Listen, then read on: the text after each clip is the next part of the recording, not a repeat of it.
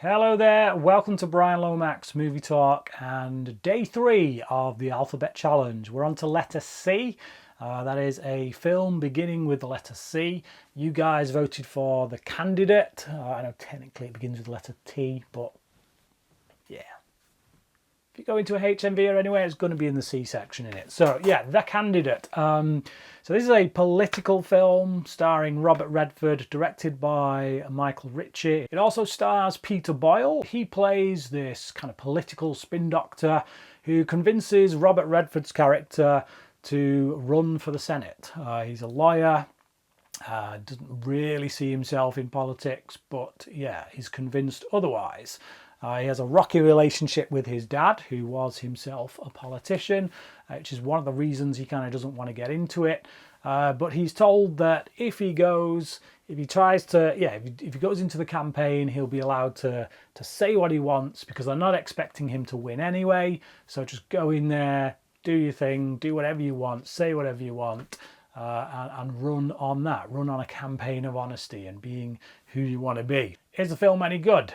I've got to say yes, heck yes. As a bona fide die-hard West Wing fan and a bona fide die-hard Aaron Sorkin fan, I've got to say this bears more than a little resemblance to the West Wing.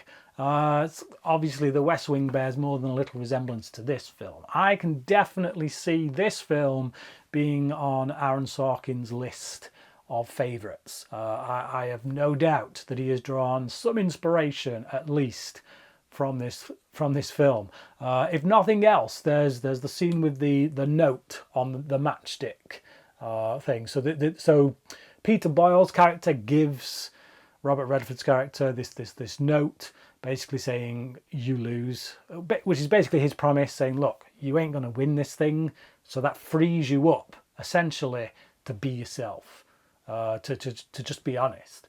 And he gives him this note, and later it pops up, he finds it, kind of reminds him of this moment. Well, Sorkin took that in the West Wing, and he did something a little bit different with it. It was kind of a different thing, but he used that trick of Leo McGarry in the West Wing, writing this note on a napkin, which President Bartlett keeps, and he brings it out later on. So I can definitely 100% see that Aaron Sorkin drew some inspiration from this film, as he did with Network, as he did with Mr. Smith Goes to Washington. But yeah, definitely an influence, and that's a plus in my book. Michael Ritchie does a fantastic job directing this. It all feels very natural, almost documentary-esque in many parts. So certainly the campaign trail stuff, when they're meeting people out in the streets, whether they're looking at people coming out of the workhouses and he's trying to shake hands with them, things like that. It's all done very fly on the wall, very very realistically. The performances across the board are extremely natural.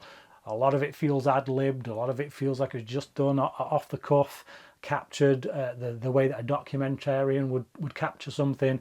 It's brilliantly directed. I think Ritchie does a fantastic job. I think the performances, as I've already said, are also really fantastic, very natural. Redford is full of charisma in this.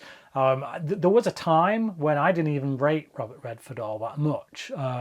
And I only knew him really from his work in the 90s. There was something that there was an air about him that kind of seemed smug. And I think that was more down to the roles, the few roles that I'd seen him in, rather than him per se as an actor. And I'm going back and I'm watching things he's done from the 70s and whatnot, and I really do rate this guy now. He's won me over a lot, and a lot of the stuff he's done of late as well, the kind of wiser old man type of roles. Even something like in Pete's Dragon, I feel like he brings something to that, a lot of gravitas. So he's excellent here. As I say, a lot of charisma. There's moments when he's got women coming up to him asking him to sign their boobs and stuff, and you can very much believe it. Based on his performance here and his charisma. He plays this man who is very much a morally upright guy and wants to do the right thing and ends up getting into this political sphere for all the right reasons. But the film shows us that all those reasons amount to nothing. That's the political game. It doesn't matter how idealistic you are. When you get into politics, by the time you get to the place that you're chasing, the place that you're trying to get to, your voice is gone. You have no voice. It's drowned out by the media. It's drowned out by your publicists. It's drowned out by everyone who is all having input into what it is you do.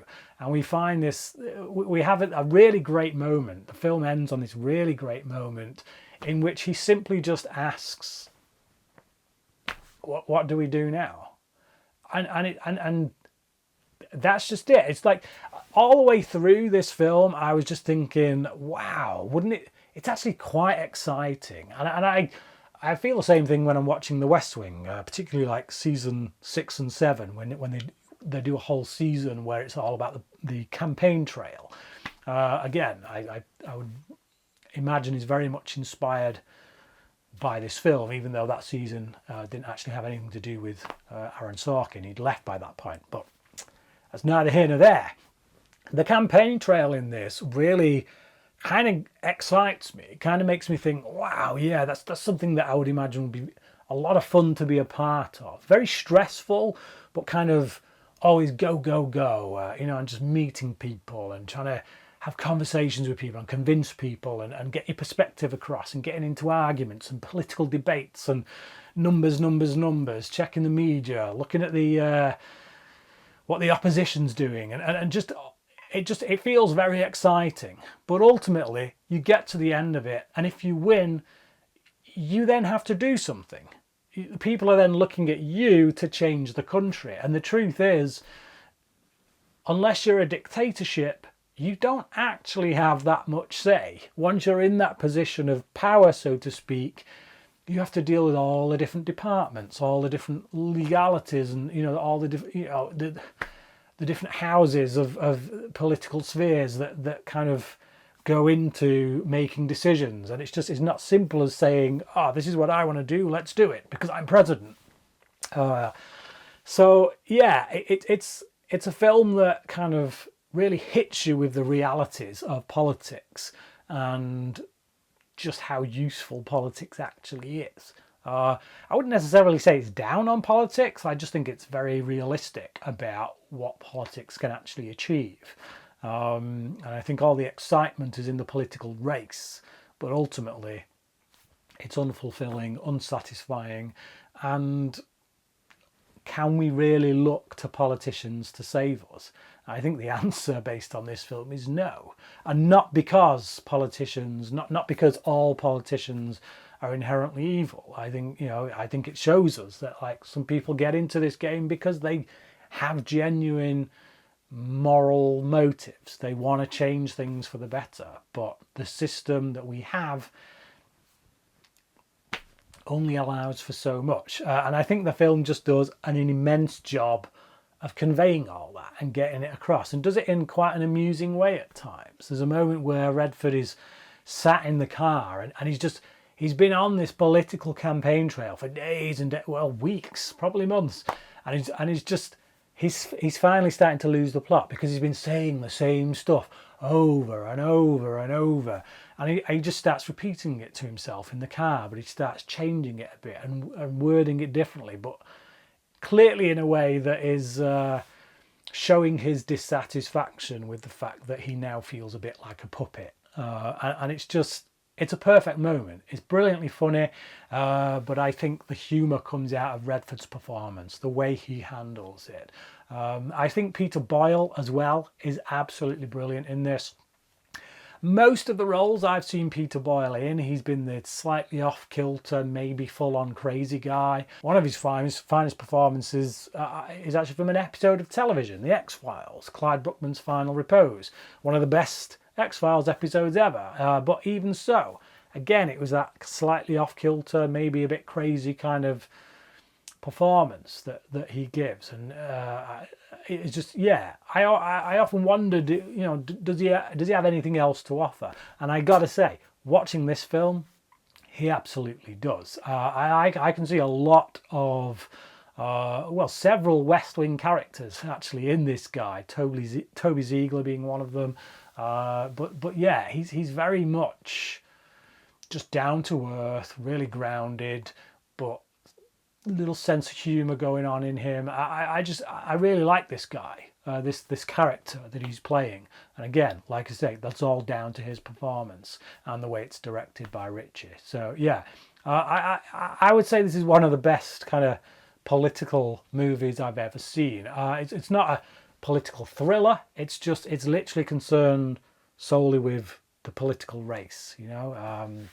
I think these days, if you made this film, there would be a temptation there to throw more of a thriller element into it. I think of The Ides of March, the George Clooney film, a film that I actually really quite liked. But yeah, I think today we have this kind of cynicism that kind of creeps into things, and like in that film there's a whole thing there about where he has an affair, and there was a moment in this film actually where I wondered if that's where they were going here, but they didn't, which I was thankful for. But I do think, yeah, today you make this film today, you put that kind of stuff in it. The guy ends up having an affair. It becomes more of a thriller element. Whereas this is solely concerned with a man of moral position, good moral position, getting into the political race and realising that actually once you get to the end of that race, where do you find yourself? Now, I watched this film on DVD, and the DVD is in 4:3 aspect ratio. So yeah, that threw me a bit, because I'm assuming this is a film that had a cinema release and didn't just go to TV. I don't think it was a TV movie. So yeah, if anybody knows where I might be able to get a 16:9 copy of this, or whether it was actually shot intended to be seen in 4:3, then do let me know, because I would like to know. But yeah, certainly the one I saw was in 4:3, which was maybe the one downside about the film. But no, I really liked it, so I'm going to give it a 4 out of 5. But what about you? Do let me know your thoughts on the film, but also please do check out the 2 links that are down in the description box. They are for the charity that I'm trying to raise money for. It's what I'm doing this alphabet challenge for. We are basically trying to build a refuge for women in Zambia, women who have gone through all manner of things, which I don't need to get into here, but yeah, let's just say that they need somewhere to go and we want to build it for them. So if you would like to donate to that, please click on the link down in the description box. Thank you for watching this video. Join me tomorrow when I will be reviewing, I think, from the look of it, Deepwater Horizon. That seems to be jumping ahead in the polls so far. If you would like to see a list of the films that you can vote on to decide which ones I'm going to be reviewing, then do please check out the polls that are on my community tab on my YouTube page. So yeah, thank you for watching this video, and until tomorrow, crack in.